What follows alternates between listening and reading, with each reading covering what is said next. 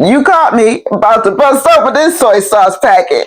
Soy sauce seems so normal, doesn't it? But we barely talk about it. We use it in stir fries, fried rice, marinades, noodle dishes, dipping sauces, sushi, ramen, and so many recipes to add salty, savory flavor. But have you ever wondered, what exactly is soy sauce? Welcome back to the What Is It playlist on Cooking at Home with Bella Lafay, where we learn the why behind the food we cook. Today, we're talking about soy sauce, what it is, how it's made, and why it adds so much flavor in the kitchen. Soy sauce begins with soybeans and wheat.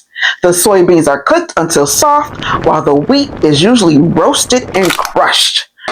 Manufacturers combine the soybeans and wheat with a special mold culture that starts the fermentation process. How do we do that?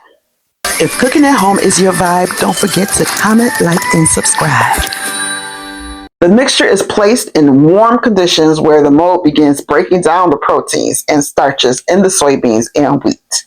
After that, salt water is added and the mixture ferments for months or sometimes even years.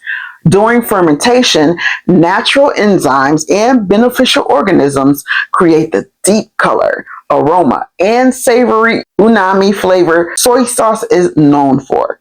After fermentation, the mixture is pressed to separate the liquid from the solids. The liquid is then pasteurized to help preserve it, deepen the flavor, and make it safe for consumption. Then comes the flavor building part. As the proteins break down during fermentation, they create amino acids that give soy sauce its salty, rich, savory taste. That's why even a small splash of soy sauce can completely change the flavor of a dish.